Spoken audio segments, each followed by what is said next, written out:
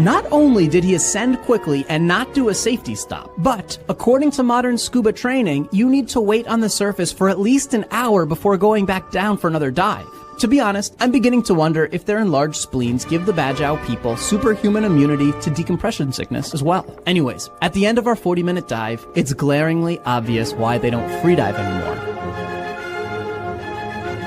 If this is his catch after less than an hour, imagine how much more he catches over the length of an entire evening. After living in Indonesia for the past 3 years, I can confidently say that at least some of what goes on in those documentaries is bullshit.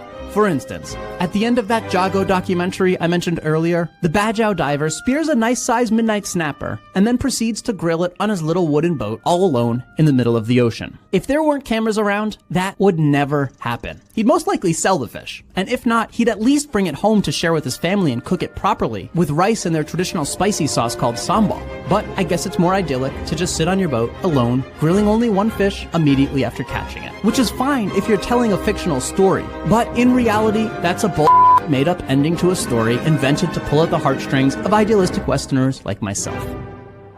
Don't get me wrong, Jago is one of my favorite movies of all time. I'm just a little skeptical of the last scene. And if they'll take that creative freedom, I can't help but wonder what other creative freedoms they've taken as well. For instance, maybe this guy actually uses a modern scuba mask these days, which, to be fair, is not nearly as cinematic as those homemade wooden goggles. And maybe his boat is powered by an engine these days.